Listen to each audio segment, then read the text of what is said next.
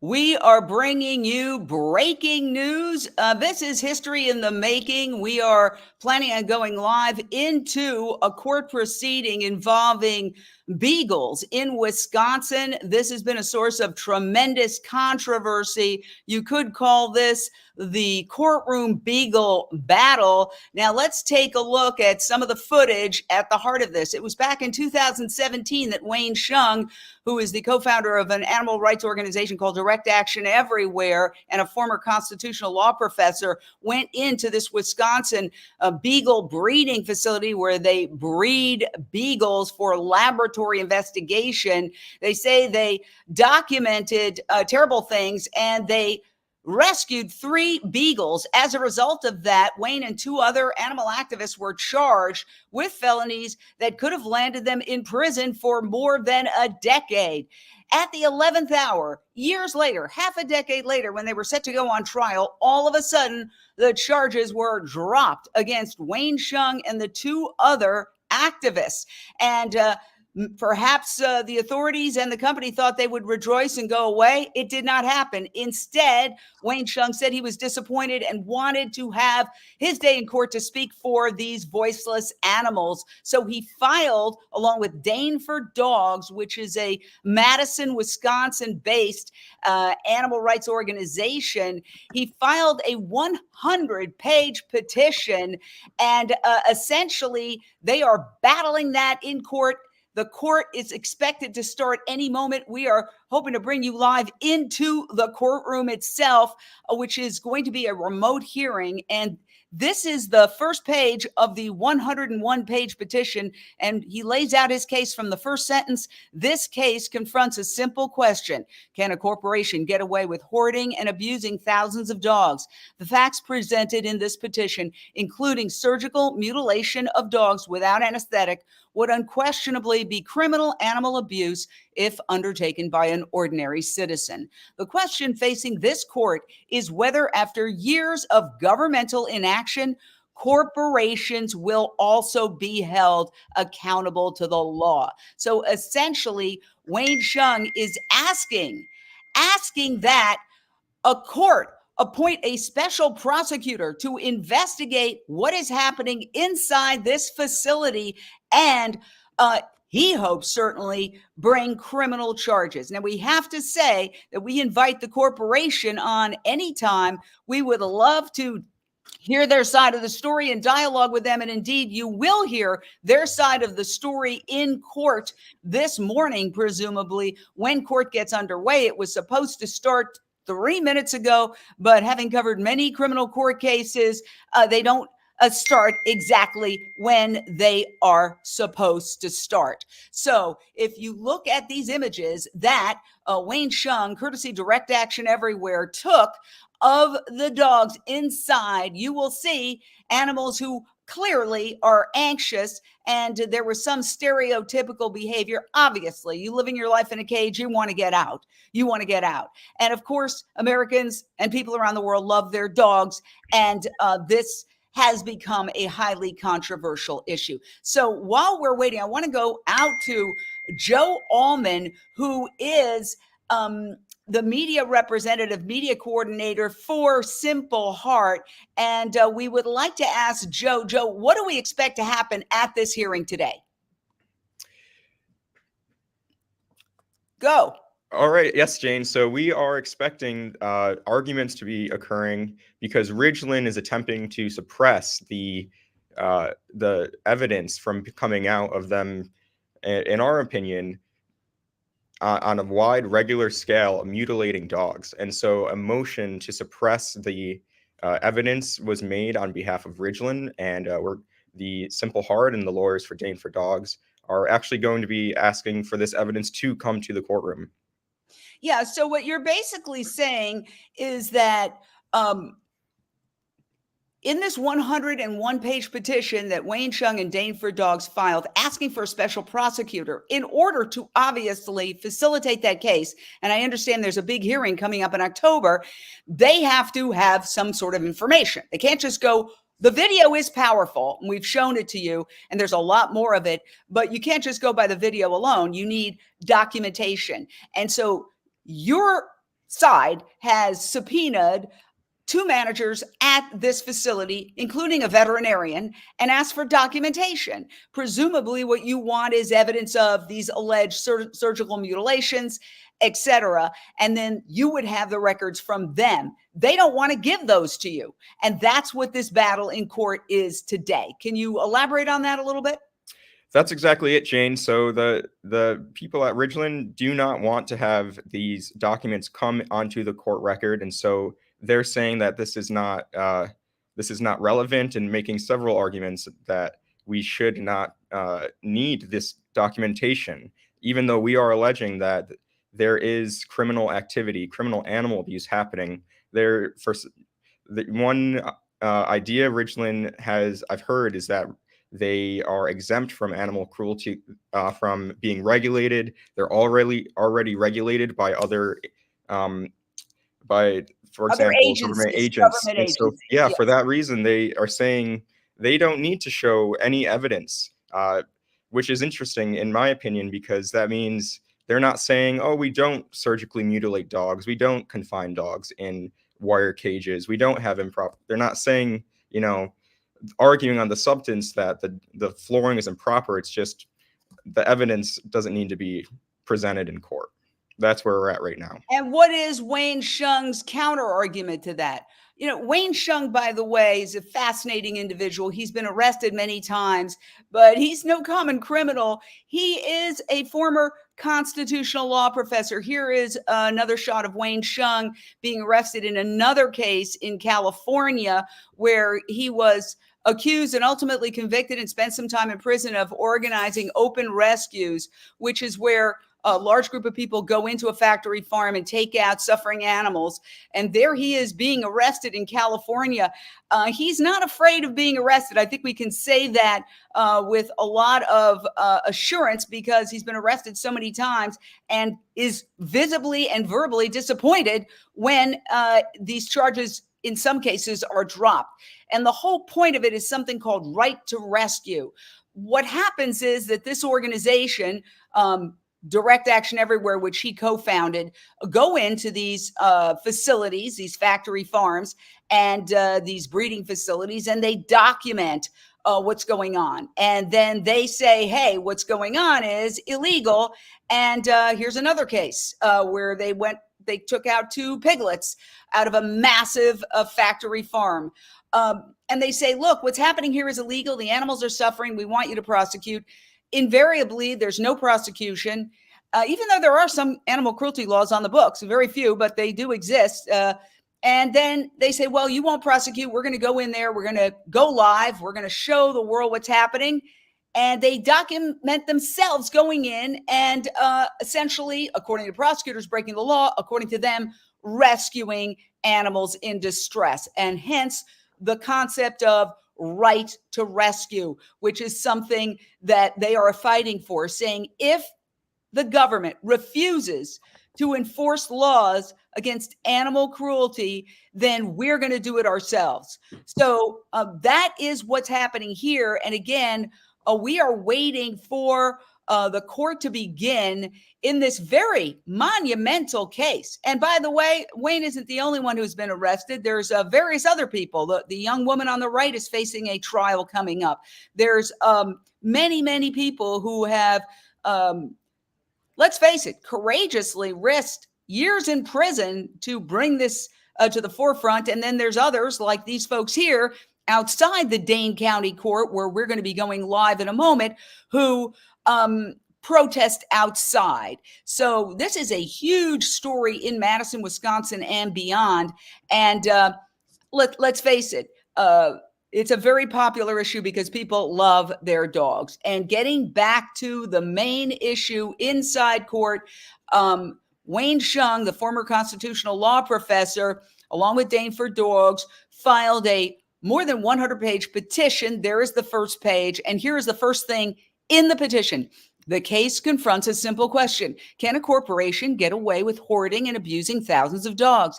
The facts presented in this petition, including the surgical mutilation of dogs without anesthetic, would unquestionably be criminal animal abuse if undertaken by an ordinary citizen. The question facing this court is whether, after years of governmental inaction, corporations will also be held accountable to the law. So essentially, Joseph, what they're saying is, if an individual did what is allegedly, and I say allegedly, happening, and we invite the corporation on any time, that they would be arrested and prosecuted. But because it's a corporation, they're not being prosecuted. That's the bottom line argument, correct? Yes, absolutely. I mean, this, like it says, confronts that question. Can a corporation get away with this animal abuse? And I mean, for years, since at least 2016, when a government inspector themselves said that these puppies were circling, pacing, and wall bouncing, it just goes to show that despite knowing that this is happening, Ridgeland has been getting away with it. And it's time for the truth to come to the light and those dogs to be helped, because it's not okay what's happening to them. And what are some of the things that were shown in the videotape? I'll play the videotape of what they recorded when they went in, and you can give us a narration.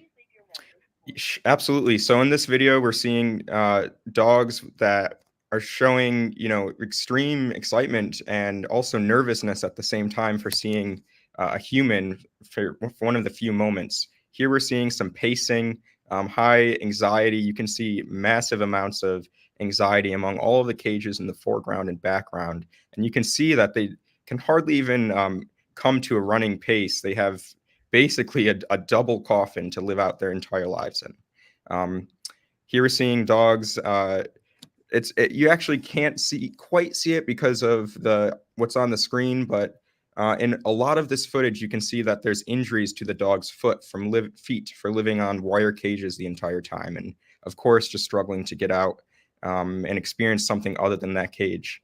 Yeah, here we're seeing that pacing back and forth very briefly. It's showing one of the types of stereotypic behavior as well.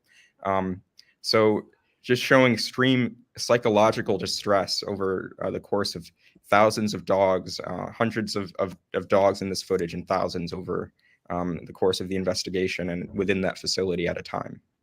And just to bring it home how extraordinary this is, when I was studying this case, and I've covered it before, and by the way, Unchained TV is the only news organization that covers these things live.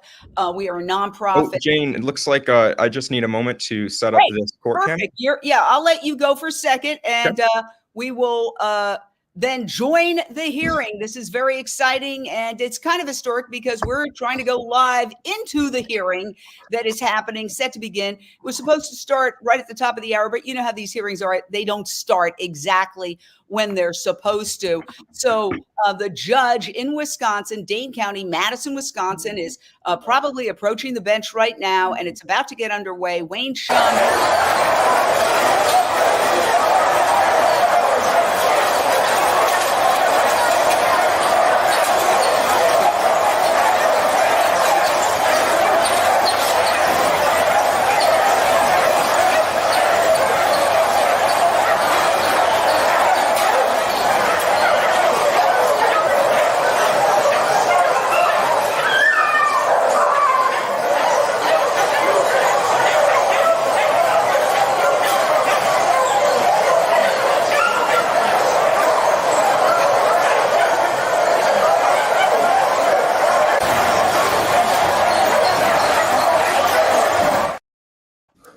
There you have it with sound.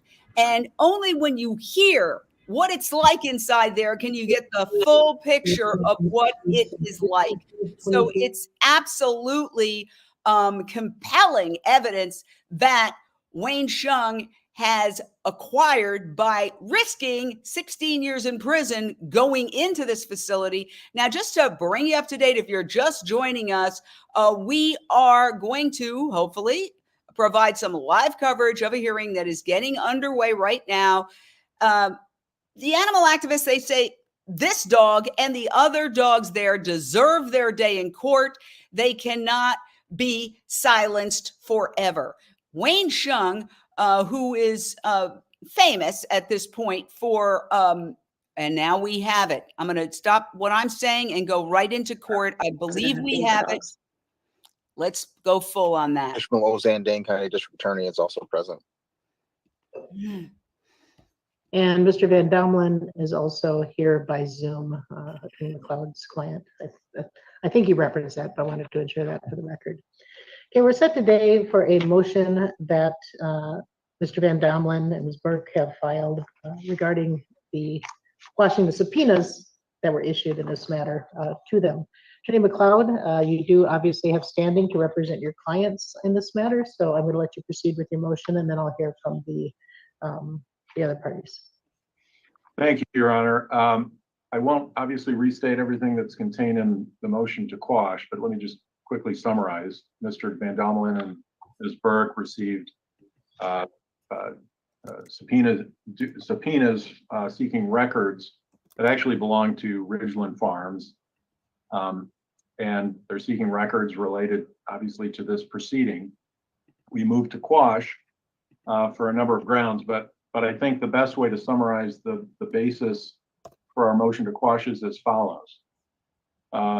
This is a proceeding under section 96802 sub 3, which seeks a criminal complaint against Ridgeland Farms. Permitting discovery under section 80507, which is the basis for the subpoenas that were served on my clients. Permitting discovery under that civil discovery statute would allow a petitioner to file a petition seeking a criminal complaint against a particular party, regardless of whether there is sufficient evidentiary support, and then seek discovery from that party in an effort to support the petition. That's directly in conflict with the purpose of 96802 sub 3, which is a narrow exception to the broad authority vested in district attorneys to make criminal charging decisions. If there is indeed sufficient evidence to support a criminal charge in a particular instance, and the DA declines to prosecute, then a private party can file a petition under 96802 sub 3. However, a private party does not possess the authority that a district attorney has to conduct an investigation into whether a criminal charge should be made. And in fact, as we noted in our motion to quash, a district attorney's authority to investigate has greater limits than section 80507 would allow. A district attorney's authority to issue a subpoena for documents arises under section 968.135. And as we noted in our motion, under that section, the DA must seek the issuance of a subpoena from a court and first make a showing of probable cause to obtain that subpoena. By issuing a subpoena under 80507 or the rules of civil procedure in general, the petitioners here seek to exercise power greater than that available to the district attorney. Also, by seeking to subpoena records at this stage of the proceedings, the petitioners are taking fundamentally contrary positions. They claim that the evidence referenced in the petition establishes probable cause. That's the basis for this petition and the hearing that the court has scheduled. Yet they seek records from the target of their petition in an effort to establish probable cause. If the petitioners claim the need for evidence from Ridgeland Farms in order to establish probable cause, then their petition ought to be dismissed. I'll simply restate the request that we made in our motion, Your Honor, and that is these subpoenas should be quashed. There's no legal authority for civil discovery to be conducted in this type of criminal proceeding along the lines of what they seek. And I will leave it at that and answer any questions the court has. Thank you. Yeah, thank you. Attorney Ozan, are you taking a position on this motion? No, Your Honor. Thank you. All right, Attorney Shrink, on behalf of the petitioner, Dane for Dogs and Alliance for Animals, I'll hear your response. Thank you, Your Honor. First, I would just say that this is not a criminal proceeding. Yes, we're asking the court to appoint a special prosecutor and would hope that down the road there will be a criminal proceeding, but this proceeding itself is a special proceeding. It is not a criminal proceeding. I mean, simply. But my fundamental issue with the issuing subpoenas in this matter is that essentially you're seeking a probable cause, as we know, under the case law is a lower standard, obviously, than if this matter were the complaint were issued and this went to a criminal complaint proceeding. At this stage, I mean, the danger of granting a request such as yours is what would prevent anyone from simply alleging an offense and then using court subpoena power to try to find facts to support that. I mean, it seems to me that's a backwards way of looking, and it's really not the way that things are done in civil cases or criminal cases. I mean, probable cause is established, and then once probable cause is established, you have the power to seek additional facts that would ultimately support you in your burden of proof stage of the case, or the higher burden of proof stage. But at least at this stage, I'm looking at the case law, and I'm looking at the statutes, both criminal and civil. I really I don't see authority for, at this stage of a proceeding, and I understand this is a special proceeding, to give you the relief you seek, which is to subpoena and force the testimony of the Ridgeland Farms veterinarians. So if you'd address that issue, because I think that's the big issue here. Certainly, Your Honor. 80507 does grant authority for an attorney to act in this manner for special proceedings, which this is. The court, after we filed our petition, which, although we're not acting under 968-135, which requires district attorneys and attorney generals to show probable cause, our petition and the amended petition lay out a plethora of evidence, which could be construed as probable cause, in our opinion. We requested with that petition for Your Honor to appoint a special prosecutor. The court now has ordered a hearing after that petition was filed. And so now it's our responsibility as the petitioners to put forth evidence at that hearing. We have a plethora of evidence already. We're merely trying to provide Your Honor with the most the most possible evidence we can at this point. So we're trying to comply with Your Honor's request for us to come with evidence and demonstrate that a special prosecutor should be appointed at the hearing that's now scheduled for October 23rd. Obviously, we can't act under 968-135 because, one, it's not a criminal proceeding, and two, we're not the attorney general or a district attorney. I understand there may be concerns about the fact that individuals, citizens, could bring these types of cases and try to get subpoenas this way in the future. However, 80507 does grant the authority for us to do this in a special proceeding. And just because the legislature has deemed that district attorneys and attorney generals need to show probable cause, but hasn't made that same requirement in 80507, doesn't mean that the judge, that Your Honor, shouldn't allow us to do this here. That's a legislative issue. But isn't, and I understanding this is a special proceeding, but isn't essentially 968.02 sub 3 asking or directing the court to step into the shoes of a DA, essentially, because it's a mechanism by which the parties can ask for the court to issue a criminal complaint. And isn't the court, at least at this stage of the proceedings, essentially acting in that position of a DA or an attorney general in determining whether a complaint should be issued? We're in a difficult position because, we're doing this because law enforcement and the DA has failed to enforce the laws, in our opinion. And so we're just at the stage of probable cause. So we're just asking Your Honor to appoint a special prosecutor who then could act in the manner that a district attorney or attorney general would. The purpose of the hearing that we're going to be having in October is to determine probable cause. And as the petitioners, we must establish either the presence or, for the sake of the alleged future defendant, lack of probable cause by the presentation of that evidence.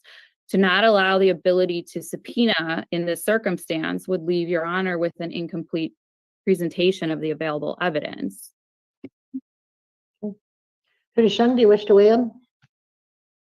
Yes, Your Honor. Briefly, I would say that Your Honor is in a similar position to a district attorney However, the judge in the court, unlike a district attorney's office, does not have the plethora of opportunities to engage in investigative procedures, such as executing a search warrant, commissioning officers, whether of an investigator with the DA's office or a sheriff for the county police, to engage in further inquiry. And the statute is quite clear that in a special proceeding, a civil attorney can issue a subpoena of this sort. I'd add further, my understanding of the subpoena was actually issued by the clerk of the court after discussion in our initial hearings before your honor, and therefore 135 just doesn't apply at all. Having said that, some of these discretionary factors do weigh on all of us, and I understand the court's concern and the moving party's concern about fishing expeditions. I would say there are a number of constraints placed on the issuance of a subpoena of this sort. First and foremost, to the extent a civil attorney is making a frivolous request, they can be subject to sanctions. So both Section 802.05 of the Wisconsin statutes and the Wisconsin Supreme Court have indicated that where there's frivolous conduct, an attorney can be sanctioned, and a moving party can be sanctioned for frivolous requests. Secondarily, I think the court does have the ability, in response to the motion to quash a subpoena. And to the extent these are unreasonable or oppressive demands, the court can certainly say that a subpoena is inappropriate. And so to the extent a moving party in a proceeding of this sort is making that sort of frivolous request, there are multiple bases upon which a court can interfere and stop that process before it even starts. I'll just comment on two things briefly that the moving party brought up as well. First is that the granting of an issuance or the issuance of a subpoena in this case would give the petitioner greater powers than a DA. That is just very far from the truth. For one, a DA can file a criminal complaint. A moving party in a petition for a special prosecutor absolutely cannot. So the moving party is claiming that we have greater powers than the DA when, from just a basic jurisdictional, statutory, political perspective, that is very far from the truth. The entire reason we bring this petition is because we do not have the same powers as a DA, and we're depending on a court to make the right decision when the DA has, for whatever reason, declined to do so. And just one last comment about these particular requests. These requests are extremely narrow in scope. We're not asking for evidence beyond the very limited allegations that we already have extensive evidence about. And while I agree, and we submitted our petition, that we have more than enough evidence to kind of meet the threshold of probable cause and even beyond a reasonable doubt, the key thing from our perspective is, even if this court were to permit the filing of a criminal complaint and appoint a special prosecutor, there's some statute of limitations issues. The special prosecutor, if appointed, is going to have a limited amount of time to collect all the evidence that's necessary. And finally, the court, in exercising its discretion, may want a complete picture of the evidence from all perspectives and all evidence that's available. And so for all those reasons, I think the requests here are limited in scope. They're very reasonable. They're narrowly tailored to the three specific criminal allegations made in the petition. And the subpoena, therefore, should be issued. Thank you. Attorney Seitz, do you wish to be heard? No, Your Honor, I have nothing to add to Attorney Schrank and Attorney Hsiung. Okay, Attorney McLeod, final word after you've heard. Yeah, just three very short points, Your Honor. First, we're not arguing that the petitioners seek greater power than the district attorney in general, just greater power in the context of issuing subpoenas and obtaining documents pursuant to those subpoenas. That's our argument. As to the argument that was made about seeking sanctions for frivolous conduct, I think that question would arise in the context of the petition itself.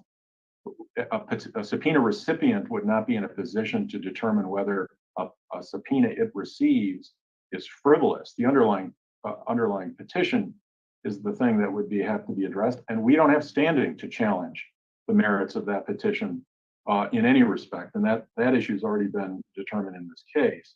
And finally, I'll just summarize the prior argument that we made. And that is the authority to seek discovery in this type of proceeding has to be understood in the context of the narrow exception that applies here, which is the district attorney has general authority to make charging decisions. What's sought here is, a private petition seeks a criminal charge, and that decision, we believe, needs to be made entirely on the basis of the evidence they have, not discovery that they might obtain once they file a petition.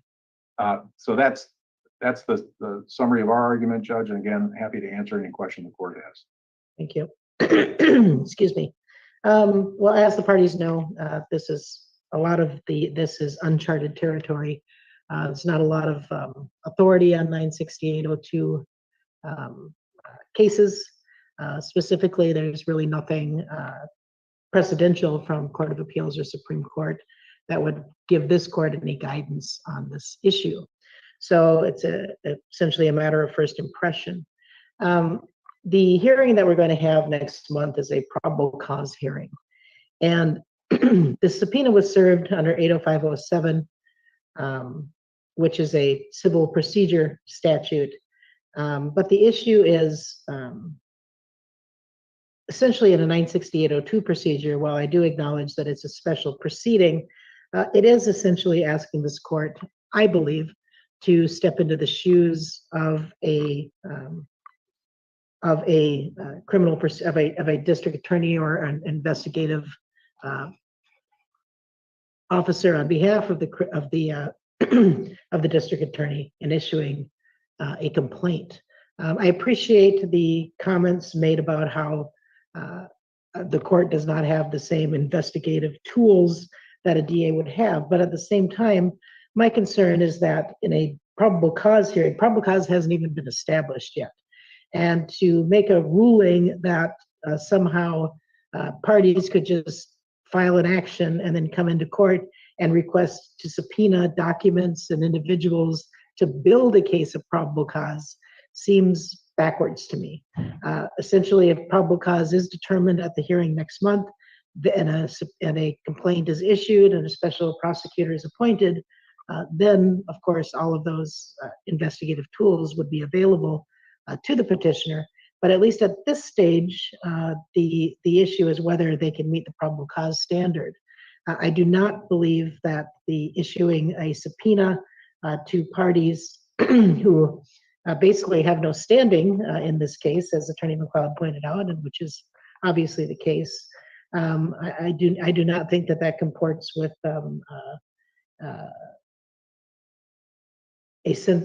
with proceeding in this type of case where probable cause has to come before investigation comes. And as evidenced by the statements by the petitioner in this matter, there is, they claim, overwhelming and sufficient evidence for probable cause at this stage. Allowing a subpoena of these the Ridgeland people, I don't think is appropriate. And it's also potentially, just given the proverbial opening the floodgates type of argument, I think that it would be unreasonable to allow parties to petition the court for a finding of probable cause and then allow all the discovery to occur prior to that hearing. For those reasons, I'm going to grant the motion to quash the subpoenas for the Ridgeland veterinarians. Attorney McLeod, you can draft an order for my signature to that effect. We will proceed on the merits of this matter next month, and I will see you here in person on October 23rd at 9 a.m. We've scheduled this matter, excuse me, for a day-long hearing. Anything else today, Attorney McLeod? Nothing further, Your Honor. Thank you. Attorney Schrank? No, Your Honor. Attorney Hsiung? Nothing further, Your Honor. Attorney Seitz? No, Your Honor. Attorney Ozan? Your Honor, I'd just like to note for the record, my office has not received a referral regarding, I believe, the charges that plaintiffs seek. We have not made a charging decision, so I think no matter where we go in accusation or an assumption that the district attorney has decided not to act in this matter is premature. So you're taking the position that that regardless of how we proceed in October, you're going to be making the argument that the petitioners cannot meet that prong of the 96802 procedure, where indicating that the DA has not made a decision to charge. At this point, we have not received a referral or an investigation regarding this matter. Now, I know this matter was sort of connected to another decision and case that we did charge and were moving forward on, but dismissed. But we have not received a referral or a charging decision request regarding actions of Ridgeland Farms. Okay. So at this point, I'm just saying it's premature for the prong that the district attorney has not acted or will not act. Okay, well, obviously, the parties in this matter are now on notice. Thank you for that declaration, Attorney Ozan. Attorney Schrank, Attorney Hsiung, Attorney Seitz, you have notification now from the DA's office that they're taking that position on the 96802 procedure. Obviously, we will cross that bridge when we get to that point, but you're on notice that will be that position in October. Okay. Thank you. Your Right. Your Yes. Honor, just given what DA Ozan just said, would Your Honor entertain a subpoena to DA Ozan then? Because it's my understanding that there have been. This is not the place where I'm going to make an advisory opinion on whether or not I would have entertained subpoenas against the district attorney. Obviously, if you have any motions that you want to make, you can make those and I'll decide them, but I'm not going to essentially give an advisory opinion on what I would entertain or not entertain at this stage. All right. Understood. Thanks, everyone. We're adjourned. Thank you.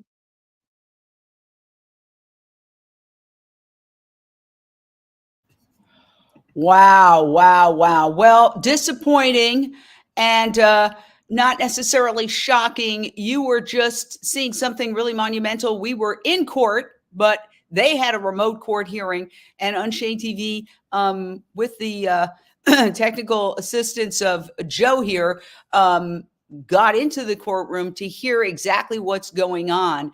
And, you know, it was clearly a disappointment for Wayne Hsiung, who is the former constitutional law professor and a globally famous animal rights activist, animal cruelty investigator, co-founder of Direct Action Everywhere, leader of the Right to Rescue movement. He risked 16 years in prison to go in to this facility where they breed thousands of dogs for laboratory experimentation. He and two other activists took 3 dogs out. They were charged with felonies. They could have done 16 years in prison. The company, you heard their representative just now, at the 11th hour, after 5 years, they went in 2017. It was in March of 2024 that they were about to go to trial, and all of a sudden they dropped the charges. Most people would be thrilled. Oh my gosh, rejoice. I'm not going to prison. I don't risk prison. No. Wayne Hsiung said he was disappointed.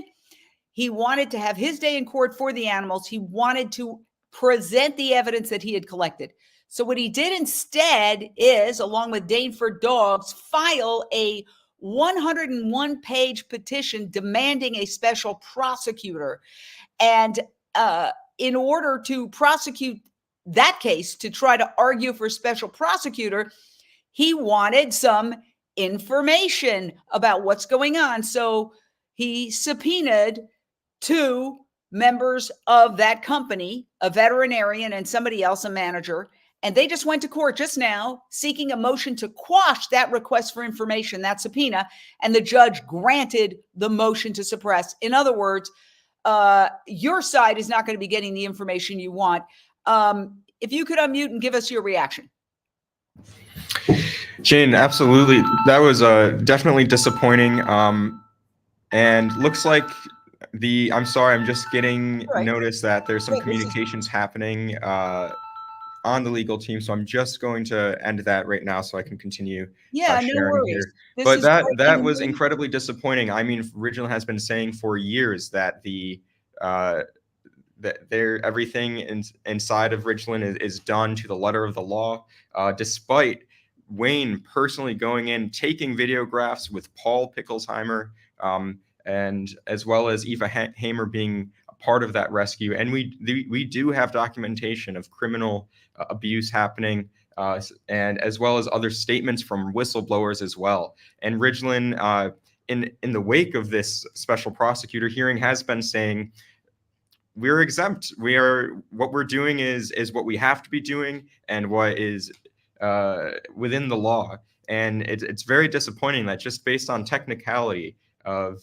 what the judge, in her own words, is saying is uncharted territory, they're able to say, essentially, this isn't the place or time technically for us to give the documents. It's just, you're not supposed to ask, and we're not actually supposed to be giving them to you. And the judge did decide to quash the subpoenas that would require those documents to come from within the facility. But my view of this is that we do have plenty of evidence still of abuse and torture, in my opinion, of these dogs. And I do hope that they do receive the justice that they really deserve and they need. Yeah, so it's a setback, but I believe that we still have a lot to work with here. And we want to say the Beagle Breeding Company is invited on any time to respond. We would love to have them on. We also understand that you are going to get us Wayne Hsiung to respond to this. So if you could do that. And we are live. This is breaking news. By the way, apropos of nothing, there was a major earthquake during the hearing where we were shaken, and we got an emergency notification on the phone that I don't know what the Richter scale is, but this is definitely breaking news in more ways than one. So I know you're going to walk over and try to get Wayne Hsiung, the former constitutional law professor who has fought many of these cases. He is the leader of the Right to Rescue movement, and he has done jail time, most recently in California, Petaluma, where he was convicted of basically orchestrating open rescues at a factory farm. And the commonality here, what generally happens is there's Wayne with a right to rescue sign. They do an investigation, an undercover investigation. They go to the authorities and say, here's what we found. Please go in and investigate because we have documented violations of law. The government refuses to investigate any of these allegations, even if there's videotape evidence.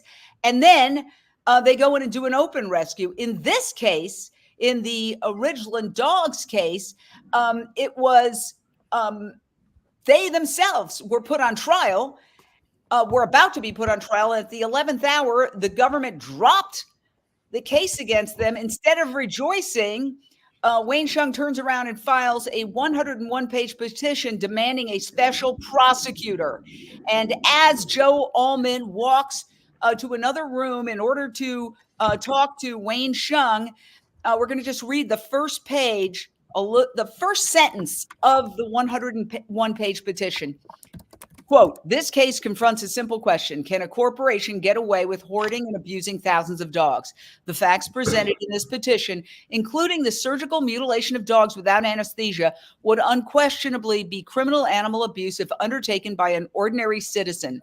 The question facing this court is whether, after years of governmental inaction, corporations also will be held accountable to the law. So, where are you, Joe, in your effort to speak to Wayne Hsiung and get his reaction to what was happening? Oh, he's in a huddle with the legal team at this time. All right. Yes. Well, we're going to stay live because we want to hear what Wayne Hsiung has to say. I mean, anybody who's willing to risk 16 years behind bars to make the case for these dogs deserves a couple of minutes of our time while he is huddling with his attorneys, figuring out what to do in the wake of this. Where are you, by the way? Are you in Wisconsin or are you somewhere else? We're currently at our office in San Francisco, and that's where we're conducting this Zoom yes. from. Okay, and perhaps humorously, Harlan Sampson says, perhaps that earthquake is in response to injustice towards animal cruelty. And somebody else says 5.1 earthquake. Yes, 5.1 earthquake in Thousand Oaks. That's what I heard. Wow. Again, totally beside the point. But while that hearing was going on, literally the table that I was on started to shake.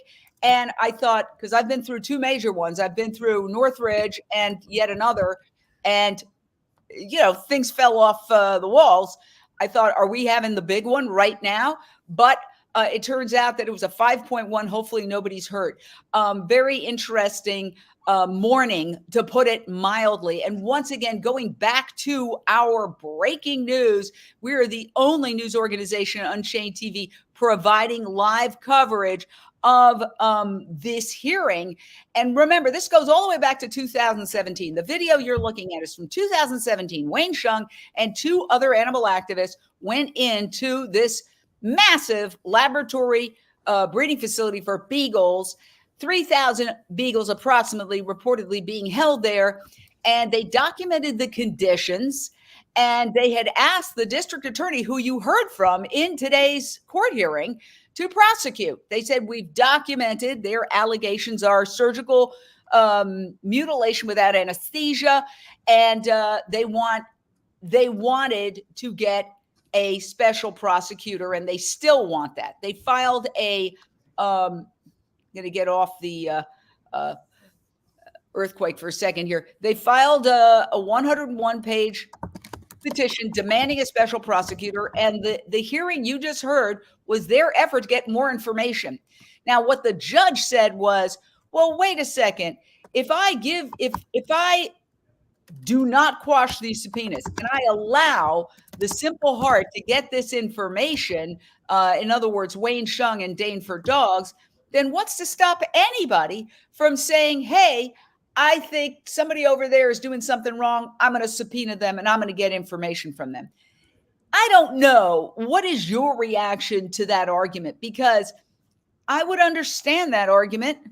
And, I'm no attorney, but I've covered a lot of cases for decades. So I have a little bit of understanding of how the criminal justice system works. Sure, if you have no evidence and you walk up and say, I think that store is doing something, I want to subpoena that store, of course, the courts would say you're out of your mind. You can't just walk in and demand subpoenas from people. But what you're saying in this 101-page petition, and I've just got the first couple of pages of it, but it's very long, you're saying you've accumulated a lot of evidence. But you want still more evidence that you would not be able to ascertain on your own, even by going in and videotaping. You want veterinarian records. And one of the people you subpoenaed is a veterinarian. So obviously the veterinarian is going to have information that even if you were videotaping these dogs, you wouldn't have. If I take my dog to the vet, I could videotape myself going in with the dog, but doesn't mean I'm going to have the test results or the medical surgical information that you're seeking. So you wanted some more details. You wanted to get into the weeds and what's happening inside that facility. And the judge just said no. So that's a defeat for you. The argument is that there's no probable cause established, and that's what we're going to determine essentially as it's decided whether or not there is a special prosecutor. And that was what Ridgeland was saying, which is a convenient argument. And what I think that misses is the hours and hours of footage and the statements from people from within the facility, the whistleblowers, the statements from inspectors over the course of for over years and years at this point. And so for Ridgeland to say that there just isn't, that we're just trying to come up with evidence out of the blue without any sort of prior basis for this is really just a convenient argument for them. And in this case, it did work. The judge did mention she was hesitant about the idea of allowing a fishing expedition, as Wayne put it, where you can just look at the store and say, hey, let's subpoena that store. But I think this is a very different case because of the well-established line of documents and footage that show that the dogs are in desperate need of help, and that's why the petitioners, the Animal Activist Legal Defense Fund Project, and Dane for Dogs and Wayne at Simple Horror are trying to bring justice to these dogs. Yeah, and we've covered here at Unchained TV many criminal cases in which Wayne Hsiung has been involved. Once again, he is a former constitutional law professor, and so he is very well acquainted with the law, lest anyone think he is some common criminal. Now, here he is after doing an undercover investigation. Actually, it wasn't even an undercover investigation. It was called, I believe, Operation Death Star. They went in with multiple cameras, a high-tech solution. And it's all coming back to me. What Wayne said at the time was that often when animal activists go into a facility and do an undercover investigation, the facility says this video or this photo was taken out of context, or everything was perfect and they focused on one little thing. So what he did was he got somebody in Silicon Valley or Hollywood to create a very high-tech system where as they walked into the facility, there were cameras, 360 cameras that recorded every single thing from outside, all the way inside, all the way back outside. And that was an investigation into a massive pig breeding facility. As you can see here in this now famous photo, they took two little piglets out and they were prosecuted. And Wayne actually went to trial and represented himself. This is another case, but it gives you some context into the many, many times that he has been arrested and prosecuted. Now, I want to play his closing argument in the pig trial because I think that it gets to the heart of what all of these cases are about. And what all of these cases are about is that these animals are not products, they're not things. They are sentient beings, and therefore you can't treat them like a can or a car or a widget when considering whether or not to prosecute those who have basically exposed what's happening. And I wish I could tell you the full story of what happened. We were on very direct orders to talk only about the night of March 7th, 2017, only about two piglets. But it's an interesting thing hearing someone as compelling as Vaughn, and he's a very compelling speaker, talk about what's in your heart in a way that you know is not true, and it's not. And honestly, the best way to explain it is the way Rick explained it, that there's a big difference between stealing an animal and trying to help someone who needs some help. And I think at the end of this closing argument, we'll be convinced, hopefully, that that's all we're trying to do. But I did want to go back to where we started. In our opening statement, or I should say my opening statement, not our opening statement, that we talked about how there were no piglets taken from gestation farm. And we don't have to worry about that. Count one is covered. We're not talking about gestation. There he was. Again, he's been arrested many times. He's the one who's filing this petition. There he was in another case entirely, the piglet case. Now let's hear the prosecution's closing argument in that same case where he compares the pigs to inanimate objects. Analyze for just a moment the reasoning being demonstrated here tonight. I think it's clear that the pigs were stolen, they were taken, and they were not returned. In fact, Mr. Hsiung stated he didn't want to return. That's that. Imagine the use of the word rescue in some other context. Suppose you were in the grocery store and you saw a can with dents in it, and you thought to yourself, oh my goodness, that can has a dent. It has the potential of going bad. I better rescue that can, put it in my purse, take it out of the store. Or imagine you're at DQ, you see a dripping ice cream cone up there that the clerk just put on the counter. Oh dear, that cone is dripping off the side. I better take it so that it doesn't make a mess on the floor. So that argument did not work. In that case, Wayne Hsiung was acquitted. And indeed, the jurors later said that that argument offended them, several of the jurors, equating the piglets to a dented can.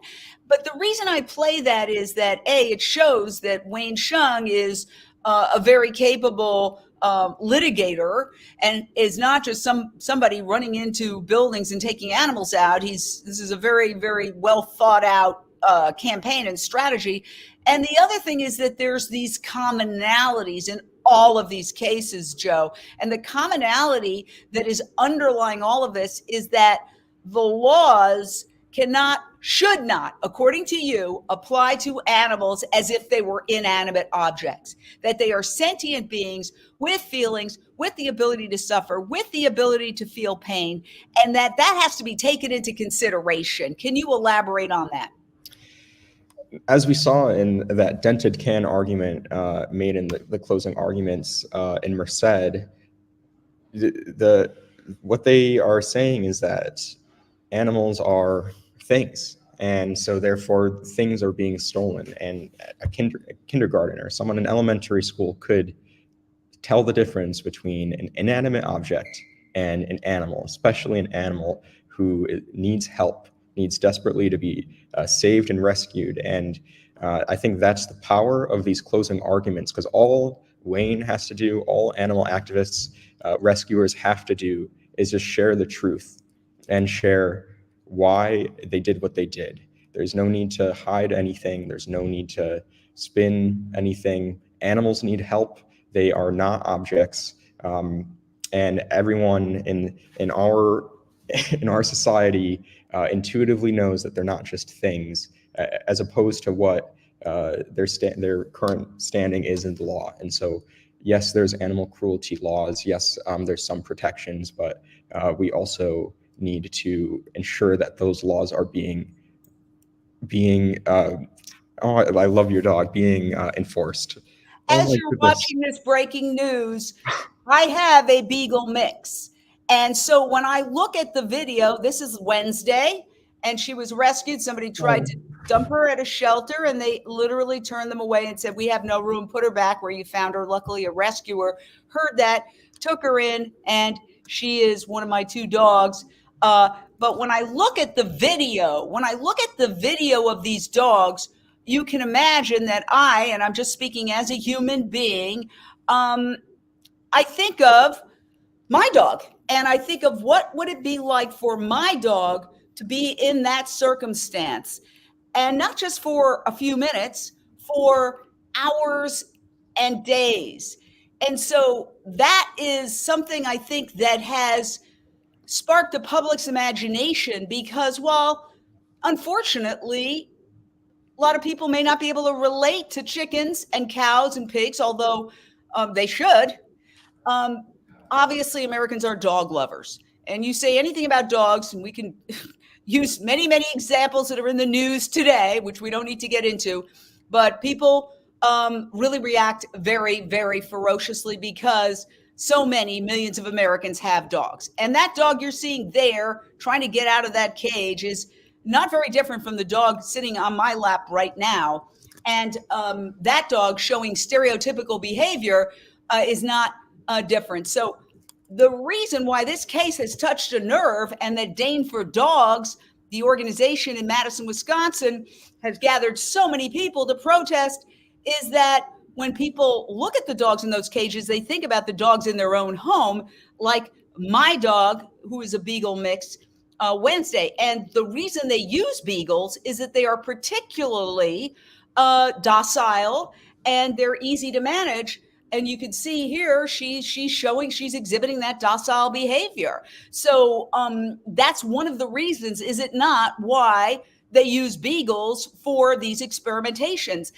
And the other thing that we need to talk about is the just the questioning of the experimentation itself, as studies have shown that the overwhelming majority of experiments on animals are ineffective when it comes to determining whether something is safe for a human being. We don't have paws, we don't have tails, we don't have snouts. I'm not allergic to chocolate, unfortunately, but she is. Okay, so is that something that's going to get into the case, Joe, that even arguing that this entire industry, according to animal activists is not only completely unnecessary, but it's often a waste of money and taxpayer dollars. I will let the lawyers make their arguments, and we will see if that's something that comes up. But I do agree that, especially if, for example, we do see the owner of Ridgeland or someone representing the company say, hey, yeah, maybe this happens, but we do what we do because we need to. And we've seen comments like that from vivisection industry representatives before. And if they say that, then perhaps that is something that can actually be argued, but that's something that we will have to see in time. But I just want to touch on what you're saying, and that is that dogs like Wednesday, who have the Beagle mix, are precisely gentle, and that is why they are being targeted by the industry, and it's a betrayal of these dogs and of everything that's good within our species, and we need to save them from that. And once again, I want to remind everybody that we do invite the company on anytime, any representative of the company. We would love to dialogue with you. Right now, we are waiting for Wayne Hsiung, who I guess you could call him the plaintiff in this case. I don't want to use lingo inappropriately, but he's the plaintiff in this case. He and Dane for Dogs, which is a Madison, Wisconsin-based animal rights organization, have gone to court to demand a special prosecutor to investigate this laboratory Beagle breeding facility in the hopes of filing criminal charges. You just heard live here on Unchained TV a court hearing in which the company's attorneys said, no, we should not be subpoenaed. We should not be forced to give any more information. And the judge agreed. And so therefore, that was a defeat for those who are seeking to get that information. Nonetheless, there will be a court hearing in October, which we will cover live. Hopefully, we'll get in there and bring it to you live. And, this case is bringing up a lot of issues that are very, very important, not just to this particular case, which is important enough because there are 3,000 beagles, the future and the lives of at least 3,000 beagles. There's 3,000 approximately reportedly beagles in the facility at any given time, but this has been going on for years. And those beagles obviously are shipped out for laboratory experimentation. So it's really many hundreds of thousands ultimately of animals that are at stake. But it's also the entire movement, which is a movement. The reason they call it the animal rights movement is that they seek rights for the animals to not be treated as mere property. And so in this case, it involves dogs. And there is Wayne Hsiung, the former constitutional law professor, co-founder of Direct Action Everywhere, one of the biggest animal rights and most cutting edge animal rights organizations in the world, as well as the founder of the Simple Heart Initiative. He's in there in 2017, documenting what he is alleging is criminal animal abuse. And he was arrested along with two others. They were about to go to trial 5 years later, this past spring, when suddenly all charges were dropped against them. Instead of rejoicing and celebrating that they are not risking 16 years behind bars, Wayne Hsiung, who we're waiting to speak to right now, publicly said he was disappointed because he wanted the animals to have their day in court. And so what he did was he filed a 101-page petition saying, basically, corporations need to be held to the same standard as individuals. And if an individual were to do some of the things that are allegedly happening inside this facility, they allege surgical mutilation of dogs without anesthesia, they would be prosecuted. We want to see a special prosecutor prosecute the company. And so that case is going to be back in court on, in mid-October. So let me ask you a question. I want to put this all in context of some of the other cases. And while I do that, when do you think Wayne is going to be available to speak? Because we do want to speak to him. Yep. So as is typical with post-court hearings, it looks like he's huddling with the legal team. So this conversation, I'm not sure exactly how long it should take. But okay. Well, we'll just, you know what? We always stay on till we get the results we want. Recently, we were helping a nonprofit that rescued hundreds of ducks, and they needed $4,000. We said, we're going to go live until we raise the $4,000. We went live for 4 hours and we raised the $4,000. So we will stay Fantastic. live. Congratulations. And able to bring you this news, because this is very important breaking news for the overall animal rights movement. And Wayne Hsiung has been involved in various cases. So we just covered the case involving the piglets in, was it Utah? Yes, I believe so. Yes. North Carolina, there was There's Utah. so There's many, it's hard to keep up, but there was piglets. And then there was a case of chickens in California. Now I want to show you some of the footage of what transpired when there were open rescues. In other words, a large group of people go to a factory farm and they say what's happening inside is criminal. They're alleging that. They go in, they rescue a sample of animals, not huge numbers, that have very little value individually to these giant corporations, but they're symbolic in a sense. And they're also rescuing those individual lives. Let's take a look at the police response, okay? Because this shows you how contentious this whole issue is. So this is happening. This happened in California, and you can see this is an open rescue. Take a look at the police response. Again, this has nothing to do with the case that we covered this morning. This is another case in California where there was an open rescue of chickens at a chicken factory farm. There's also a duck factory farm. It was poultry of some kind. And you can see the police response. I mean, that's a pretty big police response for people who are trying to speak up for voiceless chickens. So you can see that you might say the powers that be have a lot at stake here. This is something that, well, when have you ever seen a police response like that?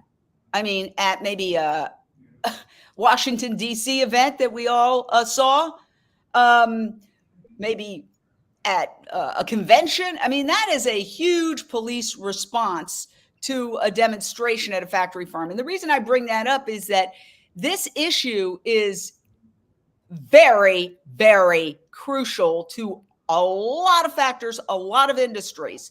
And so a lot of people are watching what happens in these courts because it's about setting precedent. If a precedent is set, it opens the door to going into other facilities or getting special prosecutors for other facilities. Can you elaborate on that, Joe?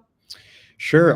Disproportional is the word that comes to mind for in regards to that police response. I mean, these are activists who are investigating peacefully and non-violently what's hidden from the public within the factory farms. And during those investigations, all the time, we're seeing animals that are in immediate need of veterinary care, and activists are taking action, direct action, to save those animals. And in this case, we're seeing, it's hard to tell due to the distance of the camera, but there are activists holding ducks who are rotting, who have been dead, and are far beyond help. But just to show that this is an issue, that a system that is hurting animals by the millions and billions. And so as far as the legal precedent goes, we do have a right to rescue animals that need help. And what we're seeing in court is activists having to defend themselves because the industry, which perpetuates this violence against animals, is trying to criminalize the act of challenging the industry's violence. And activists are defending themselves and making arguments about why what they're doing is moral and legal, and in some cases winning. And what we're seeing with that is a galvanization of this movement to continue to help animals and to bring out the best in humanity and in society, and to challenge these dark parts of our society and systems, the animal agriculture, the vivisection industries, and to kind of bring those two things together, the light of people and the darkness of these industries, and show that we do have a right to rescue these animals.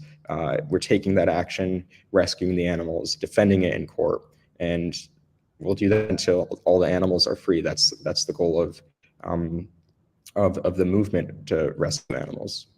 Yeah, and if you're just joining us, we just had a hearing where Dane for Dogs and Wayne Hsiung argue that they should be entitled to serve subpoenas on two representatives, a veterinarian and a manager, at this facility in Wisconsin that breeds beagles, very similar to this little beagle mix, but they're purebred beagles for laboratory investigation. The judge sided with the company and squashed the subpoenas and said these subpoenas do not have to be obeyed. And so that was a setback. There's going to be an evidentiary hearing in October as Wayne Hsiung, the famed animal cruelty investigator and co-founder of Direct Action Everywhere, and Dane for Dogs, this Madison, Wisconsin animal organization, argue that there should be a special prosecutor go in to this facility where there's 3,000 dogs reportedly, approximately, at any given time, and do investigations. As we wait to talk to Wayne Hsiung, who spoke in court and who is essentially the plaintiff who wants the special prosecutor, we're going to show you some other cases, because this is just one of many, many cases around the United States where people who are animal activists believe they have the right to rescue. Now, this is a famous case, okay? You see here two women, including a famous Baywatch actress, rescue two chickens, okay? And you may recognize her. And they videotaped themselves. They put the video out there, and then they were arrested and put on trial. And they were ultimately acquitted. So that is another case.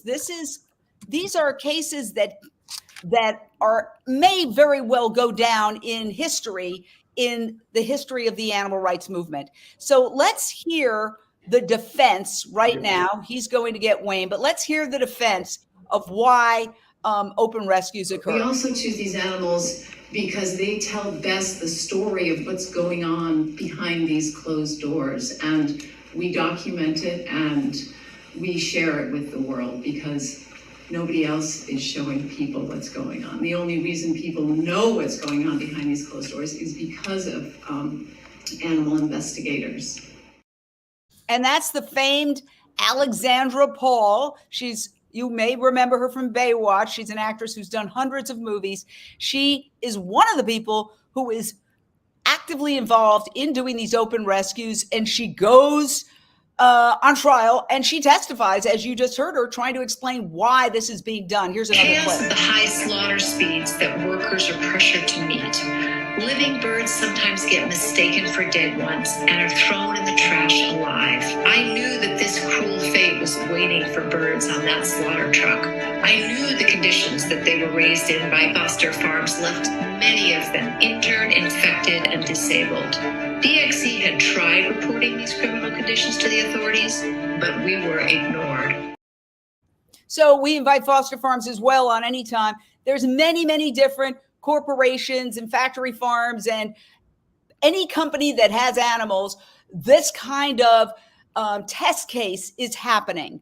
Now you can see that my little beagle mix has been sitting on my lap now for many minutes. There are many dogs who wouldn't do that. One of the reasons why beagles are used is that they are so docile and well-behaved, and they can be manipulated. And you're disproving my point right now. Let's go back out to Joe. Where do we stand in terms of talking to Wayne? Looks like the legal huddle post hearing is wrapping up, so it should be just another minute or two, and we'll have some statements from Wayne, who was inside of court today and making arguments to try to push for this petition. So it should be just a minute or two. And apologies if I'm just looking to the side. Let me ask you a question.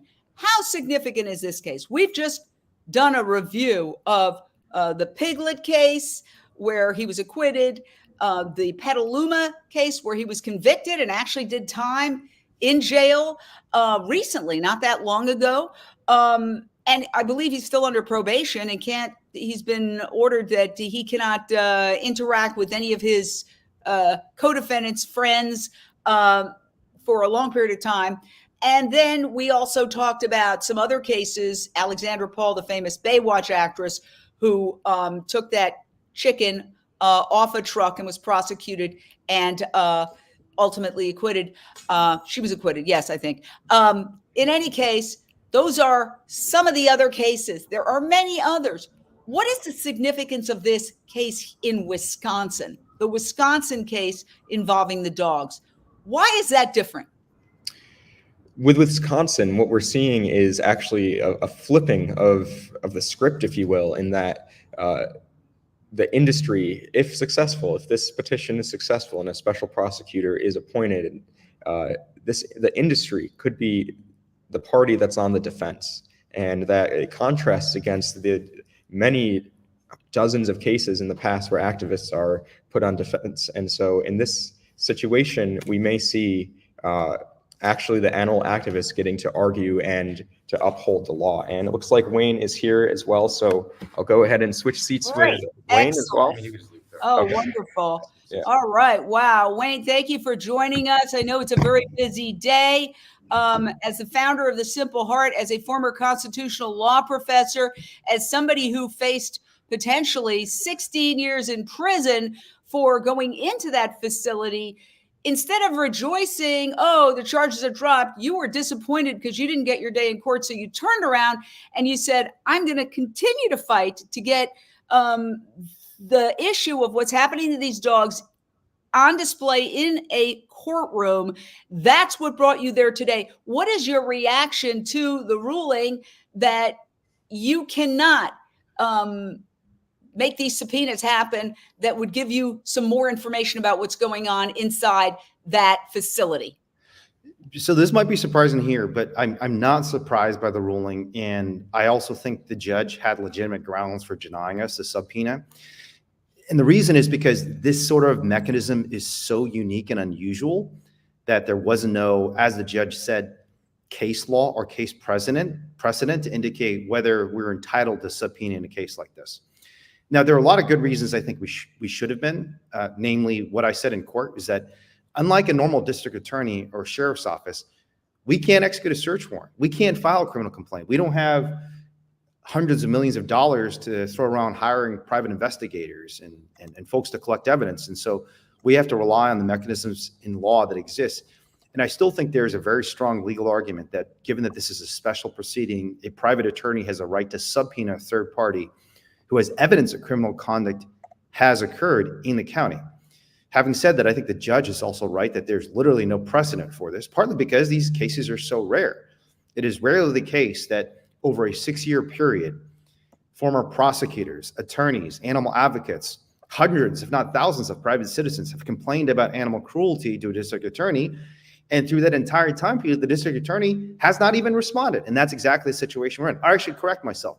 The district attorney did respond to the complaint by filing criminal charges against us, against me, because we documented the abuse that was happening to dogs inside Ridgeland Farms. But in many ways, I think the most interesting thing that happened not in direct response to our motion, or I should say our opposition to Ridgeland Farms' motion to quash a subpoena, which is par for the course. The industry is always trying to suppress and quash and hold everything in the dark so no one can see what's happening inside their closed doors, because it's scary when the public actually sees what happens. And even the documents we sought to obtain, there's a reason they were fighting so hard and probably spending tens, if not hundreds of thousands of dollars to prevent these very basic documents from getting out into the public. But the most interesting thing that happened in this proceeding is the district attorney of the entire county, Ishmael Hassan, he's a big shot. He runs the entire, essentially, prosecutorial arm of Dane County. He's got dozens of line prosecutors underneath him. And he showed up once again for this hearing, right? And after years and years of ignoring us, suddenly when we go to a court and say the district attorney's been asleep at the wheel and we have compelling evidence of animal cruelty, he suddenly shows up in court, not just once, but twice. And more interestingly than the fact that he showed up is why he showed up. He showed up today. Last time he showed up, basically to sit with Ridgeland Farms. He sat with Ridgeland Farms counsel and was buddy-buddy with them. all the constituents and citizens and ordinary people on one side of the courtroom. Ridgeland Farms had their attorney, and Ismail Zahn, the DA, who doesn't work for Ridgeland Farms or the vivisection industry. He works for the people. He's an elected representative of the people of Dane County and responsible for the Constitution of the United States and of Wisconsin. So last time he showed up just basically to show moral support for this big corporation against ordinary people who are just trying to save these dogs. Today he shows up in court merely to say, I have not received a referral and we have not made a decision as to whether to prosecute. And what does that mean? Why did he do this? Well, one of the elements we have to prove in order to convince the judge to file a criminal complaint and appoint a special prosecutor is that the DA has refused to prosecute. And we have 6 years of evidence from 2018 to today. In 2018, in 2022, in 2023, in 2024, I literally physically walked into the DA's office with a criminal complaint that had been vetted by multiple veterinarians, former prosecutors like Bonnie Clapper, and begged and pleaded for the DA to meet with us to discuss a criminal complaint. And they didn't even meet with us. But I did give it to them. I handed it to them and they took it. So suddenly, after 6 years of not responding to the hundreds of constituents, to the former prosecutors, to the lawyers, to the former law professors, to the organizations advocating for animals that begged them at least to take a look at what was happening at Ridgeland Farms, suddenly shows up today and says, oh, by the way, we're finally looking into it. And so it's too early to say we refuse to prosecute because we're still deliberating, right? And that's clearly a contrivance. It's a contrivance that's intended to frustrate our ability to show the court that the DA has actually refused to prosecute. And I think the court is going to see through it and realize that's a contrivance after 6 years of efforts, after 6 years of criminal complaints, after 6 years of photos and videos and complaints that have been lodged with the district attorney's office, 6 years of dogs being sent to horrible experiments where they're force-fed poisons, where they're vivisected, where they're injected with rabies. After 6 years of this horror and mayhem, the judge is not going to buy the DA's excuse that, oh, we're still looking into it. But that is the DA's position. And it's just another example of how, frankly, broken the criminal justice system is in the United States.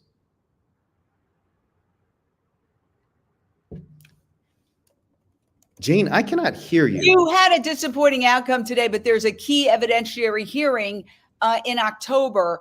Do you feel that you still have a strong case in October, even though the judge agreed with the company and quashed the subpoenas? What information were you seeking, and how handicapped will you be when you go to court in October? I think we not only have a strong case, Jane, I think we have an overwhelming case. And I will say, I mean, this is where I agree with Ridgeland. I mean, Ridgeland basically made the point, they say they have overwhelming evidence. And they're right.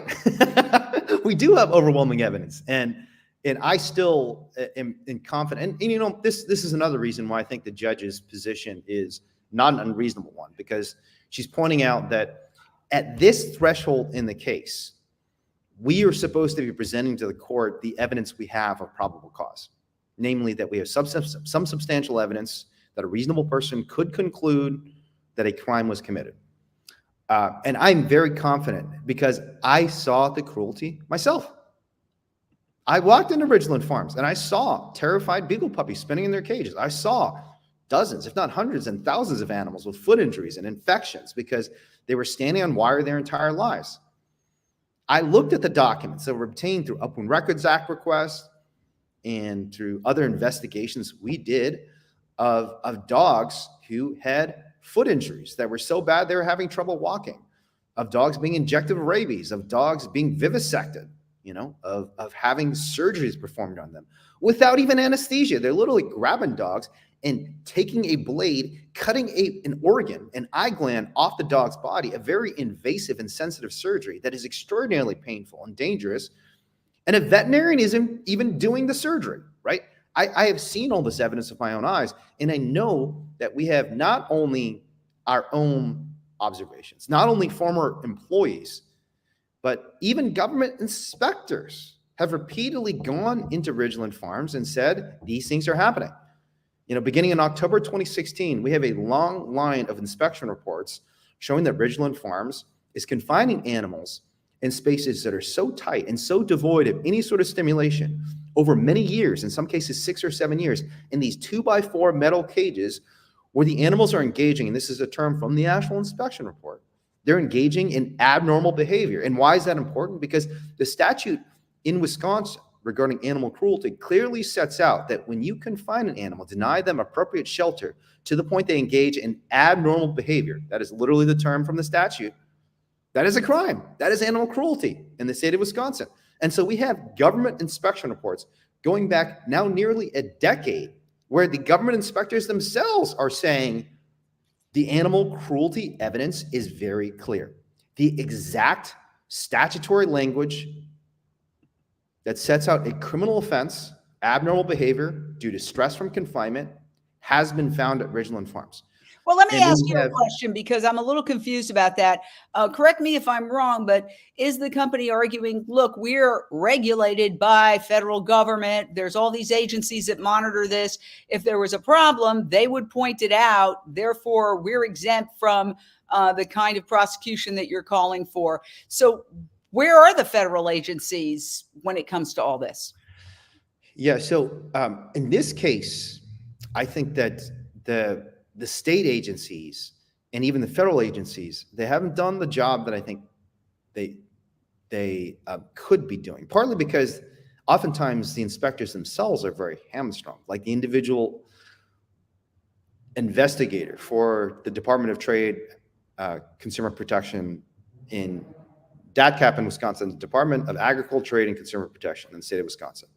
The inspectors for the U.S. Department of Agriculture, even when they find evidence of criminal animal cruelty, oftentimes the big shots at the top of the food chain don't want to do anything with it, you know? And that's very true of the USDA, for example. I mean, Tom Vilsack, even under a Democratic president, I think the USDA has been better on animal issues and just better in general under Biden than it was under Trump.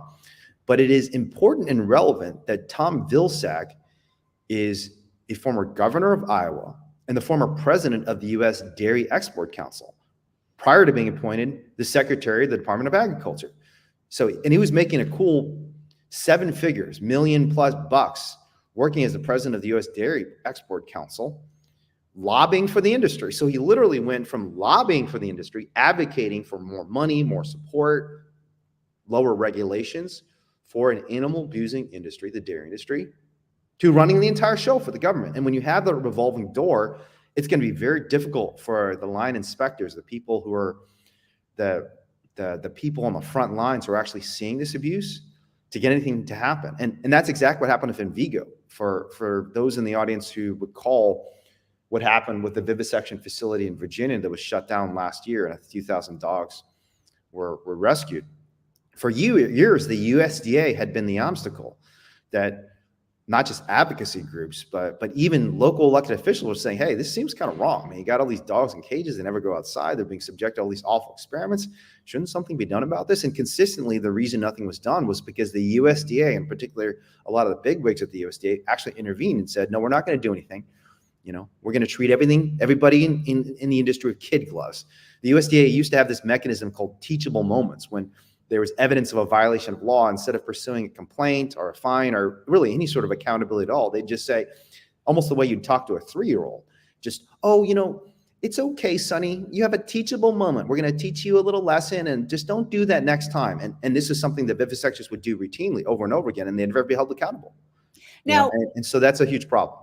When you went into that facility, and again, we'll just play the video of you going into that facility, which we've played several times now, but you went into that facility in 2017 with 2 others.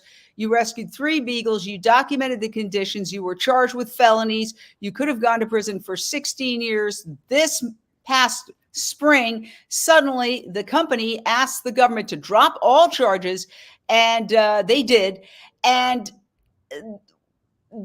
I don't know. Do you think they expected this whole thing to go away? Do you think the company was surprised that you turned around, instead of rejoicing that you weren't facing trial, you expressed your disappointment that you couldn't have a day in court for the beagles, and then you filed a 101-page court document seeking a special prosecutor to go in and investigate this facility in the hopes of getting criminal charges filed against them? What do you think the company's reaction to that was, and this whole scenario that has unfolded? I mean, I saw the company's reaction in the lawyer's eyes. They're shocked. And the district attorney's reaction too. I mean, they're just utter shock.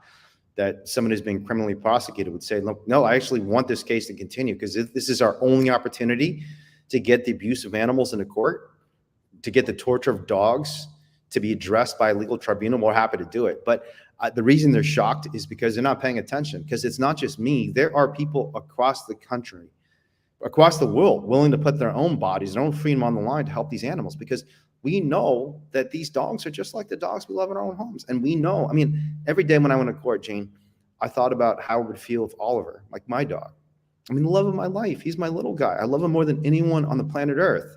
If he was trapped in a cage for 6 years, spinning endlessly because he was scared and lonely and had no one in his life to give him even a moment of kindness, like how would I feel about that situation? What would I do to try and get him out? And I was confident that a jury in Dane County would understand that sentiment and support us under the necessity defense in taking action that was necessary to help these animals escape the abuse they were enduring. So the reason Ridgeland was shocked and surprised, and they were shocked and surprised, is they do not know how much people care. And because people care, because people like you care, Jane, this world is going to change, and we're going to shut down all these abusive forms. Well, I know you've been through a lot just this morning, but I have two last questions. One, do you think the fact that your case involves dogs, because we've already documented while you were huddling with your attorneys how you fought for piglets, how you fought for chickens and ducks and other animals, factory farmed animals, but dogs obviously are a species that Americans are enamored with. Do you think the fact that this is a case involving dogs is going to have a material difference in how the court proceedings go?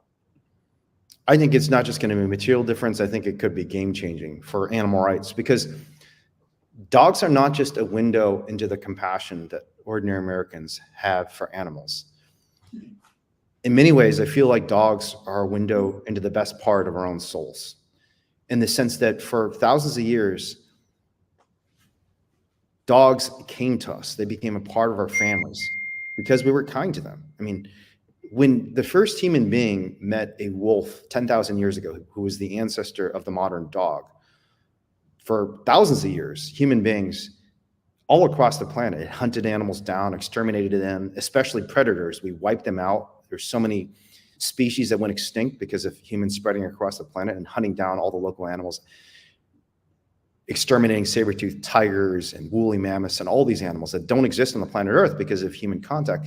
But there was something unique about this particular wolf and this subspecies of wolf that became the modern dog that drew out in us our compassion. And that's why they came close to us. That's why they weren't afraid, because they realized there is a part of human beings that is not about violence and hate, but about compassion and love. And they came towards us, and now for 10,000 years, there's been a partnership between us and these beautiful creatures, these dogs that we love so much. I know you have dogs you love, Jane. And that is a window into our soul, into the best part of us. And I think this judge will see, first and foremost, legally, that we're on the right side of history, that animals can be victims of crimes, that animal cruelty is a serious offense, that it needs to be enforced. But I also think just on the level of conscience, I hope this judge understands that it's the interest of justice, of basic compassion, of decency in our society, that when animals are being subjected to just horrendous torture, to the point that they're spinning endlessly, they're blind, they're being vivisected, their eyes are being ripped open, their vocal cords are being cut out, and pieces of their larynx are just being thrown on the ground, disposed of and mutilated, that something needs to change. That's not a decent society, and that's not who we are. We are not the abusers and tormentors of the other living beings of this planet. We are their caretakers. Wow, very powerful. And I thank you for being here today and taking the time to speak to us. And yes, we've been having a special guest. This is Wednesday, rescued recently in Los Angeles, and she is a Beagle mix. And so she's an example of how docile these animals are, and one of the reasons why they use beagles for animal experimentation. I have one final question for you before we let you go, and that is, how are you holding up on a personal level? When you just recently were convicted in California, and you were told that you had to stay away from your best friends who were considered co-defendants, and you are dealing with a myriad of legal issues. The authorities have tried to take away your license to practice law, and you are now in court. I mean, how do you handle all of this pressure and all of these various cases for those who, I mean, it's exhausting just even researching what you're doing. How do you keep it together, Wayne?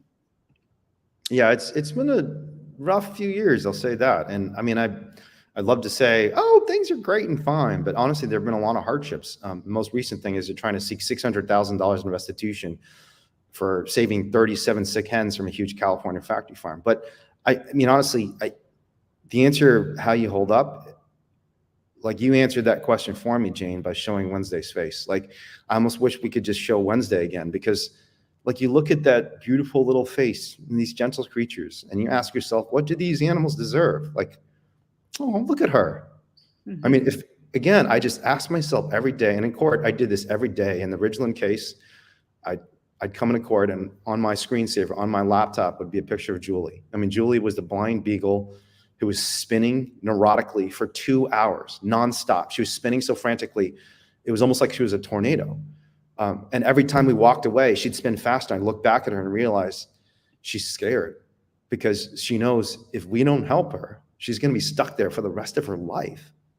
And I just, when I was in Sonoma County, thinking about all the hardship that I was enduring, I had a picture of Ching. Ching was a little bird with grotesquely deformed and mutilated feet because she had spent her entire life in a wire cage that the company claimed didn't exist, but we knew it existed because I saw it. I rescued Ching from that cage. And I looked at Ching every day, and I watched video footage of her hobbling around when we first rescued her. But I also watched video of her a few months later. She still had deformed feet. She was always going to be a little bit of a different and disabled hen, but she could walk around without pain because she felt softness for the first time in her life. She felt the ground instead of constantly having the searing pain of wire digging into her feet.